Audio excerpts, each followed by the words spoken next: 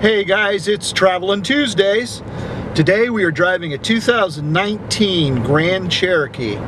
This is a Laredo Jeep level, trim level, but it's got a lot of nice features on it you don't normally find on the Laredo. First thing would be heated seats and a heated steering wheel, along with this nice touchscreen radio that's giving us a weather advisory right now, and the thin film transistor center display is another nice feature that you find on this package. This package is the Upland package. You're going to get a blacked out wheel, some blacked out headlight bezels and stuff, just a sporty looking Jeep.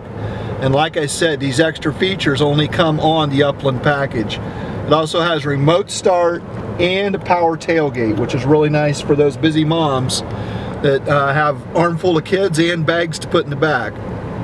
If you have any questions about this Jeep, don't hesitate to call Mike or any of the other salespeople at Greve's. Right now, today, we are going out to the YWCA to find out what goes on there and about some of their programming. So join us.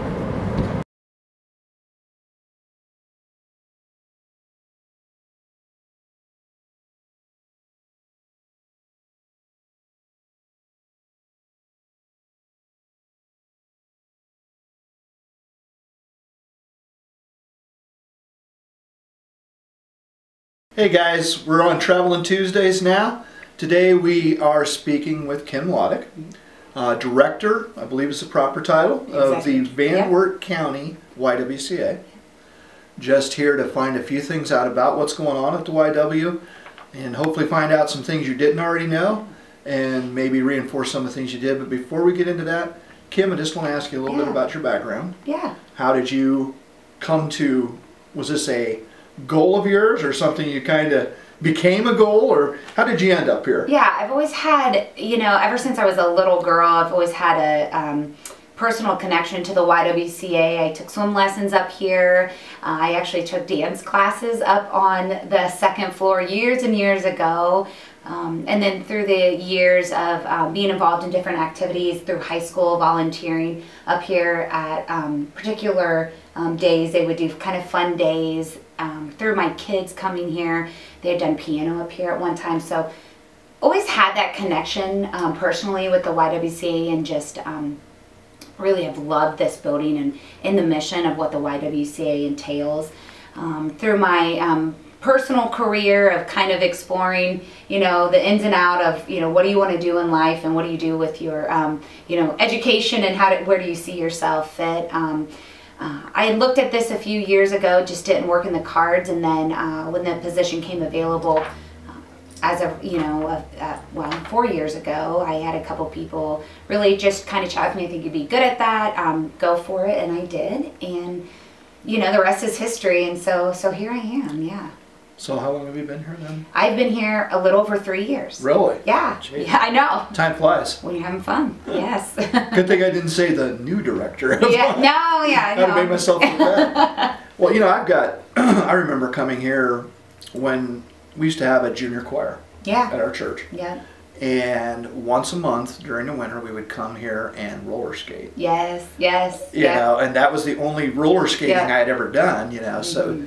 In birthday parties, had a lot of birthday parties up here that I came to because you could use the pool. Yeah. So the Y has always been a pretty big part. The YW has always been a pretty big part of the community as far as those kind of things. So, so is there anything special that the YW focuses on?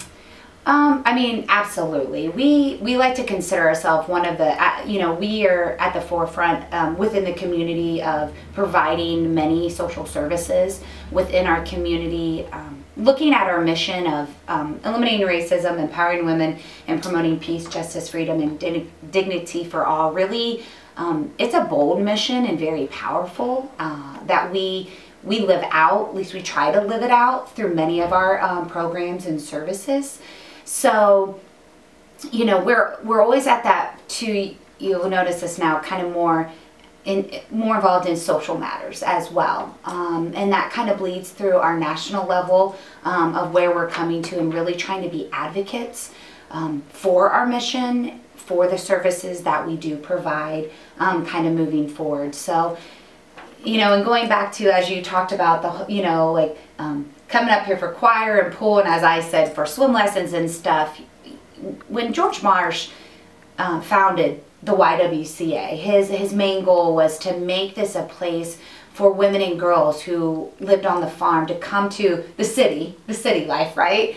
And be part of, you know, how does that look like? Get them involved in relationships and working and knowing how to do things. And I think we've really have stayed in that mission, but with our society and how culture has, we've had to tweak that and really look at what our community needs and what can we do service-wise to provide for the community.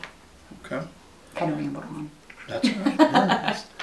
So what would you see as your primary, what your thing is right now that you're really, okay, this is my passion, this is where my heart is? Yeah. Ours, I would honestly say for our organization would be our victim services. And we label that, a lot of people will talk about that as our housing program. We are the long-term domestic violence shelter with sexual assault and human trafficking victims, along with permanent supportive housing. And that bleeds into a little bit of, you know, exactly what it sounds like. It's permanent. It helps women and families who are homeless but also have some type of disability that they need help with, and they're able to come here for that assistance. But definitely the victim services with the domestic violence, sexual assault, and human trafficking, you know, and it happens, and it is happening within and around our community. And so, you know, we're able to provide those services to those victims and give them a place to come, but not only that, services outside of the community our services outside of our building to those victims. So that for us is a huge passion and something that we are very dedicated to, and dedicated to also providing education to the community as far as what does that look like, how can we be proactive, how can we take a step to, you know, try to eliminate it as the best we can, but also bring awareness to all of those issues. So that to me is definitely at the forefront of our services. If I had to pick one, that definitely would be Sure. it. So I don't think a lot of people realize what level that has come to in our small little backwards country town, as we like to think of it. If you're looking at it from the outside in, I think we probably have different view.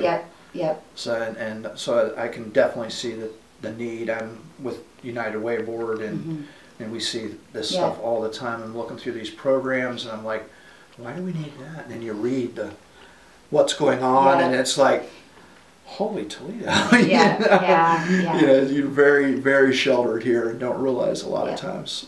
But so, and the YW has always been kind of in the forefront of that, even before anybody knew about that kind of thing. Absolutely. You know, so because it's just always been there. Are there any special programs you guys do for fundraisers that we can help you get the word out about, or are most of those done for? I know there's a season usually. No, we you know, we love a good fundraiser, and so we do hold some various ones through the activity. You will always see, we just, with it now being February, for some reason I'm still thinking it's January. January is Human Trafficking Awareness Month, so a lot of people may be aware of some of the events that were held to fundraise specific towards human trafficking, and that stays local. And helps victims that we are part of. So we just ended up global yesterday actually, which was a very successful event. So, you know, we have that each month. We try to highlight stuff each month and try to really carry out stuff. You'll see this month is, we call it RAC, which is Random Acts of Kindness Month.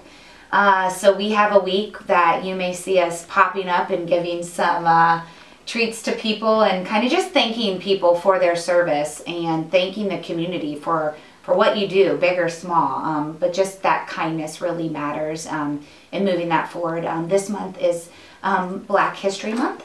So with our mission of eliminating racism, we're very passionate about that and feel like educating the community and what does that look like. We have a program coming up on the, I'm using my cheat sheet here. It is on the, I believe the 22nd, which is a Friday, and it will be at the PAC. It's called LEVAS. It's Lift Every Voice. Really cool event that's happening, and Kelly Hauger, advocacy coordinator, is putting that together. And we have over 300 students actually that are committed to coming. Wow. And it is going to be open to the public. It is free of charge. So we encourage anybody that can come to that. Is that on Friday evening or Friday daytime? It is Friday at 10 o'clock. It is Friday at 10 o'clock in the morning, which we know is a little crazy of a time, but we encourage anybody that could come to that. Sure. March actually is another one of our big fundraising events. We have our Women of Achievement Scholarship dinner coming up. That is March 14th at 6 o'clock. So you will be seeing ticket sales going out with that. We are able to give out scholarships to area senior students that are Van Wert County students. And then we recognize women within our county in different categories that have been nominated, and that list is going to be going out. And let me tell you, there's some pretty, I mean, we have a lot of really amazing women within our community, and that should be recognized and need to be recognized. And we're proud to be able to say, you know, we can be at the forefront of really recognizing those women and really empowering them. So we're excited for that's coming out and really trying to push that event coming up. We have our geranium sales coming up in March, and that has been going on for years. So, you know, look forward to that. And how do you get the word out about the geranium sales? You know, honestly, pretty much word of mouth? Word of mouth. We do social media. We always kind of put a press release in. They can print it off from our website. Any social media events, they can print off the geranium sales. They are more than welcome to stop up here, pick a form out. But that's a fundraiser that for us, it just is always, it's been around, and I mean, you know, who doesn't love a good flower, you know? And it's kind of around, you know, Mother's Day and stuff like that. So that's coming up. So one of the biggest programs here that I see, as outsider looking in, is the summer food program. With all the kids coming in during the summer. Yep. They're here for most of the day. They just don't come in and eat lunch. Yeah, they no, yeah. So the our summer food program is just huge. We'll actually be going into our 24th summer. Yeah, it's crazy. Yeah, well, that makes me. Not too old. Too old. So, you know, we're really proud of that program and to be able to offer that within the community. We see on an average of about 350 kids a summer come through there. Now, they're not here all at the same time, but we have about 150 kids a day, and that is ages 4 years up to 16 can participate within the program. And it starts at 7:45 in the morning and it goes till 1 o'clock in the afternoon, Monday through Friday. They get breakfast, they get lunch and hot meals served, and then on Fridays they actually get weekend meals to take home. That provides them through the weekend food for those you know, meals that they wouldn't be receiving here. We also do on Thursdays, which has been awesome, we do fresh produce through the Ohio Food Bank, so West Ohio Food Bank, I couldn't think of the name of that, but delivers fresh produce that we're able to offer to the participants within our program. And then whatever we do our leftover, because gosh, it's awesome how much we get. We partner with the Salvation Army, so they kind of take and disperse at their food bank after that. So I always encourage people, because they always talk about the summer food program. I always encourage people, volunteer for that. You know, many hands make for light work, right? Absolutely. So, you know, we have, I hire on an additional 20 mentors during the summer to, to make that work. And let me tell you, without those, it would be impossible. And they do a fabulous job with those kids. But they do activities, they go to the library, they go to the parks, and we get a lot of businesses that partner with us and kind of bring in different activities. So anything anybody, you know, thinks of, you know, we're always open for new activities, and keeping those kids busy is what they really like. And one thing I want to touch base on that is whether the kids participate in the program through the day or not is up to them. If they want to come and eat, they can come and eat. If they want to come in at breakfast and eat, if they want to come in at noon and eat, they are more than welcome to. They don't always have to participate in the programs. The main purpose of it is to nourish them. And so that's where, you know, we do take pride in being able to offer that within the community. And that is ages, you know, any ages up to 18 actually. So we're just fortunate enough to be able to offer that program and all the activities that come along with it to keep them busy and out of trouble. So yeah, so. And through that, I think hopefully they get exposed to some the mentors and other folks involved with the programs that may give them kind of a hand up along the way, you know what I mean, to help them out. So I'm going to wrap it up here, Kim. Been with Kim Loddick here, Executive Director of the YWCA, Van Wert County. So if you have any ideas of ways to support, to help, volunteer, contact Kim. Keep in mind that summer food program, kids hit everybody's hearts. So if that's something that hits your heart, I know she can use a lot of hands. So please get in touch with her. It's been Traveling Tuesdays with Mike. Have a great day.